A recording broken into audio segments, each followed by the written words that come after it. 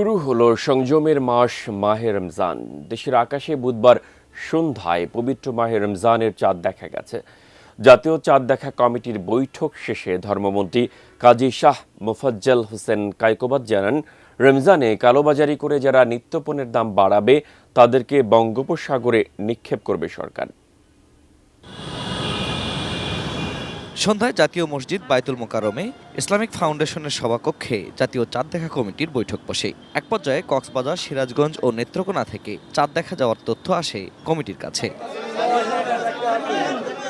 পরে নবনিযুক্ত ধর্মমন্ত্রী ও চাঁদ দেখা কমিটির প্রধান কাজী শাহ মোফাজ্জল হোসেন কায়কোবাদ জানান, বৃহস্পতিবার থেকে শুরু হচ্ছে রমজান। বাংলাদেশের আকাশে পবিত্র রমজান মাসের চাঁদ দেখা দিয়েছে, আলহামদুলিল্লাহ।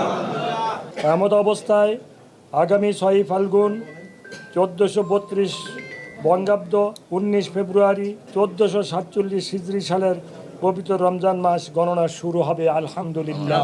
নে দুই বেলা খাবি ফ্যান্টাস্টিক নিমো খালাল সল্টেড বিস্কুট। রমজানের পবিত্রতা রক্ষা করে সবাইকে ইবাদতের আহ্বান জানান তিনি। বলেন, বর্তমান সরকারের প্রথম দায়িত্বই হচ্ছে দুর্নীতি দমন ও শান্তি স্থাপন। আল্লাহ পাক যে উদ্দেশ্যে, যেই কারণে আমাদেরকে সরকার নিয়েছেন, সেই কারণ হলো দেশের মানুষের খেদমত করা, দেশ থেকে দুর্নীতি দূর করা, দেশ থেকে অন্যায় অত্যাচার অবিচার জুলুম নির্যাতন দূর করা, দেশ থেকে মদ, জুয়া, ফেন্সিডিল, হিরোইন প্রচলনকে দূর করা।